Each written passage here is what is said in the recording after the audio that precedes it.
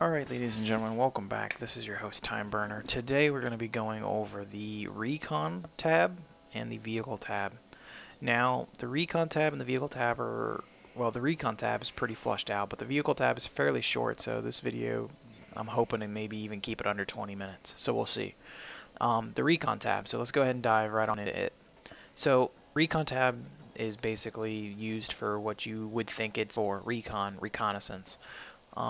And so what this tab for me is this is my eyes and ears. This is how I find, this is how you find units on the map. This is how you kill enemy units. This is how you find, free command zones to capture, that kind of stuff.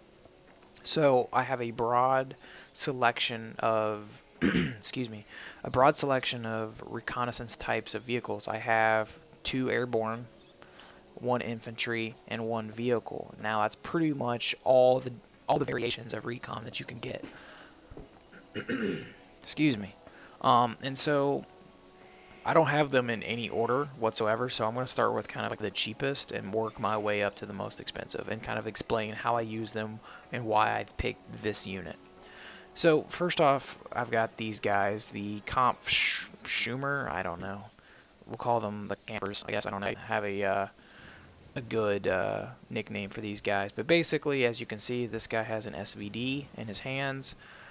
This is a sniper spotter team. And so the reason I picked these guys is they don't have the greatest anti-tank capabilities. As you can see, they have 2 rockets with terrible range. They've got good accuracy, but I mean, you don't want these guys to get spotted. These guys aren't tank hunters. These aren't the armored vehicle killers. These are hide in the woods, sit there, and report back on enemy locations. So your heavier and more mainstream units can then eliminate that threat. And so I picked these guys because if you look, their training is elite. So these guys are probably the hardest to locate. They're the hardest to kill in a straight gun battle. Well, I say that, but basically, if you found another unit that had 2 soldiers in it and they weren't elite, these guys would be better than those. But if you take a platoon of Marines and walk them up on these 2 guys, they're not going to stand a chance. But their elite training makes them harder to spot, harder to kill than normal. And then their stealth, which is the biggest part, is that it's exceptional stealth. These guys are very, very hard to locate by the enemy. Unless enemy infantry walks right in front of them, or they fly a helicopter directly over top of these guys. And I'm talking like a recon helicopter. There's been times where entire flights of Blackhawks have flown over these guys and never seen them. And so these guys blend in very well. They can defend themselves. They can engage infantry at a very long range, as you can see, 1,000 meters. They can even engage helicopters to 600 meters, which is kind of crazy, but it's 5% accuracy. So if that tells you anything, these guys are very accurate if they have to engage, but usually I turn their weapons off and I sit them in the wood line so that they can then spot high-value targets, avenues of attack, clearing out enemy forces in terms of like locating them where they're at. So I know, like, instead of going through this wood line to the left, maybe I should go to the right. That's kind of what these guys are used for. I have them in the Ural. It's not the fastest transportation these guys could get, I believe. Let me, if I can find them. Yeah, you can get them in helicopters, but honestly, I don't really like to send recon halfway across the map. I might send it on a flank. It really depends on the situation, but generally, I send these guys as kind of my advanced scouts. I don't really send them way off in the BFE or in the backwoods where they just sit the entire game and never really do anything. I kind of keep these guys somewhat close to the front, but not. They're behind enemy lines, but they're not 14 miles behind enemy lines. They're maybe 1 or 2 miles behind enemy lines, so to speak. So the next unit in my list is actually, or the next most, or the next most, the next. Wow, I'm really messing up my words today again. So the next unit in my list, price-wise, would be this thing, the MI2.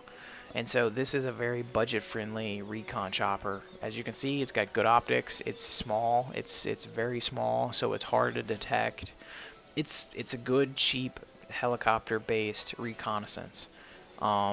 it, I usually would fly this above my frontline troops, or just behind my frontline troops to kind of give them the best chances of spotting enemy units. Obviously, it has no weapons. It's recon. Its sole job is to report enemy positions, so it's fairly easy to. This thing is very easy to kill if the enemy focuses their fire on it. So you have to kind of, again, you have to micromanage this unit. You have to keep them far enough away from the front that they're not getting engaged immediately, but close enough that they can maximize their vision or their sight line. So that's pretty much the basics on these guys. They're fairly quick. They move fairly fast, but they don't really have a lot of supply or fuel, so they can't go across the map and back. But they have enough fuel to generally get you to the front line and maybe keep up with your advance for a little bit. I don't think I've ever really ran into an issue of these running out of fuel because they're not attack vehicle or they're not attack helicopters. So it's not like I'm sending them to counter attack an enemy unit, or I'm not sending them as a QRF force to support another unit. I simply kind of send them up there, place them in a general area, and then maybe bounce them around from time to time so that they don't get spotted or they don't get sniped by artillery or something like that. Okay, so then the next unit, the Savativa, I guess, I'm not sure. Basically, it's a reconnaissance version of the BMP-1. I chose this thing because for the price point, it also packs this Salkos missile. It's not the most accurate, it's not the most damaging, but there's other units. If I can see the Polish unit, it's literally the exact same in terms of quality, in terms of optics and things like that. And armor is the same, but this thing actually packs a missile. So for the price, I picked this one simply because it has the extra missile.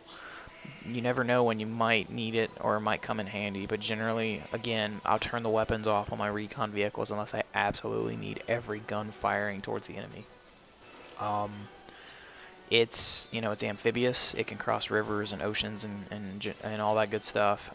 It's a good multi-purpose recon. It's got okay speed. It's not the fastest, but it's not the slowest. It's got okay range, and it's got exceptional optics. You can't really ask for a whole lot more than that. And the price point, 50 points, it's not too bad. This is something that I would, again, this would be definitely on the front line. This would be maybe just behind my tanks, my armored vehicles, or maybe just behind a line of infantry, so that they're close enough that they can actually spot outside the wood line, but not so close that they immediately get picked off by ATGMs or anything like that. I thought about picking this unit up, but honestly, the price difference it's not worth it. So I decided to stick with this vehicle, this Savativa. Okay, so with that said, I'm going to go to the last unit in my recon tab, and this thing right here. It's a mean-looking chopper, isn't it? So the Salamandra. This is kind of my hunter-killer recon unit. I don't purchase this thing to have it sit behind my friendly lines and just sit there and spot. I send this kind of actively into enemy territory, looking for high-value targets, looking for enemy CVs, or looking for enemy artillery, those sorts of things. Because, as you can see, although it only has 4 of them, which kind of sucks, it does have 2,800 meters at 55% accuracy at 22 AP. So basically, this thing can take, especially if it gets a side shot on a main battle tank, this thing can kill it. And it's usually, 55%. Usually it's 2 missiles, so you basically could potentially, in theory, with a 55% accuracy, you should be able to kill at least 2 vehicles with 1 salvo, or 2 vehicles with an entire payload of this helicopter. It also has some 80 mil rockets. Again, the 80 mil rockets, or just rockets in general, they're good at stunning infantry and light armor. But for killing anything, unless you have a huge payload of rockets, I don't really find that the rockets are all that useful, other than stunning units and vehicles. So with that said, that pretty much wraps up my recon class. Just really quickly, I want to mention that it is very fast. It has very good autonomy. It's small, so it's not the easiest to pick up, but it's also not the hardest to detect. As you can tell, my MI2 is very small, so it's harder to detect than this thing. But the weapons, and obviously I'm willing to accept that trade-off in terms of detectability versus armament. But with that said, that's pretty much my entire recon tab. It's not very glamorous. There's not some cool fancy special forces unit in there. It's just a very cut and dry multi-purpose recon tab, in my opinion. And then up next is the vehicle tab. So the vehicle tab, especially for the Eastern Bloc deck, is kind of sparse. There's not a whole lot of options. If I'll go through this really quickly, as you can see, there's basically three versions of the same tank. So like there's a Polish version of the T-55, a Czechoslovakian version of the T-55, and I believe that there's an East German version of the T-55. They're all three flamethrower tanks. I mean, they've all got this. Basically, it's the same Conquer's truck, except that they're from different countries, and one might be slightly better than the other.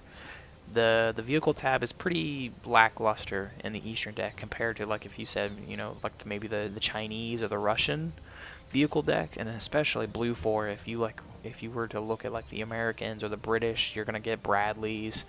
You're gonna get a lot higher, IFVs, infantry fighting vehicles. You're gonna get better choices in the vehicle tab. So I didn't really want to waste a lot of points here, but I also think it's important to have at least one or two. And the most important thing in this tab is this guy right here, this Conquer's M, because it has 10 anti-tank missiles. It's only 50 points. It's got 50% accuracy, but it's got 23 AP. So for 50 points, if you keep a supply truck next to this thing and a good recon unit next to it as well, and you spot long open valleys or open plains where tanks and stuff like to cross, this thing will chew them up. As long as you can keep this thing ammoed up, it'll keep firing. Other than that, this tab doesn't really have a whole lot. I will discuss the T-55. The T-55 it's as I mentioned, it's a flamethrower tank. It's got the napalm cannon, as you can see. I'll zoom in here. That barrel right there is the napalm, and then it also still has its main gun, that 100 mil D10T cannon. It's really kind of a niche tank.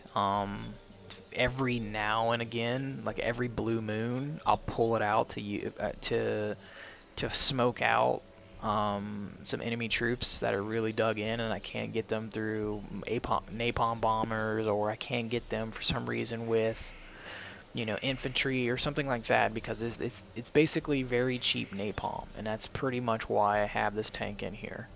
You get 9 of them. They're pretty disposable. They're honestly just bullet magnets. They're bullet shields. Usually as soon as this thing starts to fire, the enemy focuses everything it has on this tank, just because they're so afraid of napalm. And for good reason. Napalm is very deadly against infantry.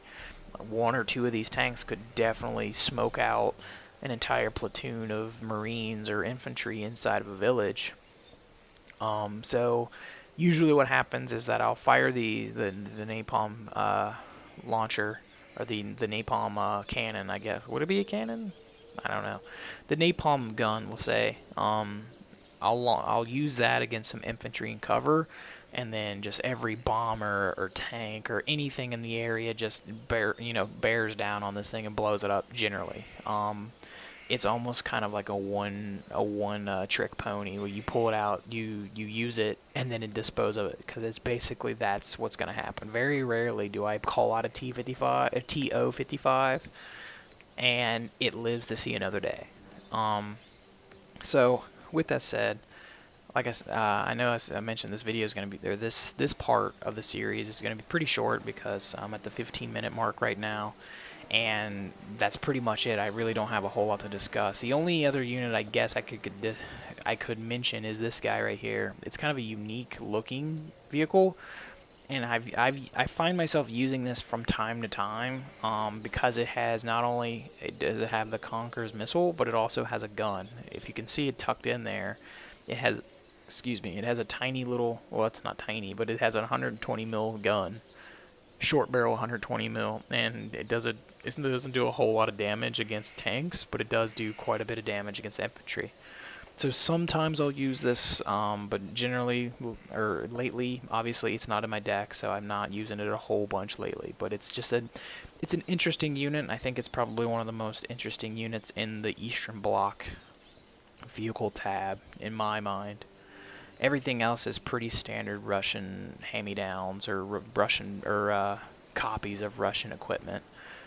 So with that said, I'm going to go ahead and end this video here so that I can go ahead and next time we're going to cover the helicopter tab and then the air tab, which these two is going to take me a little bit longer because the helicopter tab is pretty light, as you can see, but my air tab, I actually use a lot of air power in my deck. I find myself relying on, or not relying, but I like to use my air power or my air strength to my advantage, and so we're going to go into detail about that. So with that said, this is Time Burner. I'll catch you guys next time. Like, comment, subscribe, leave any tips, tricks, things that you've seen, things you like, things you don't like. If you got any questions, leave them in the comments and I'll be sure to get to them.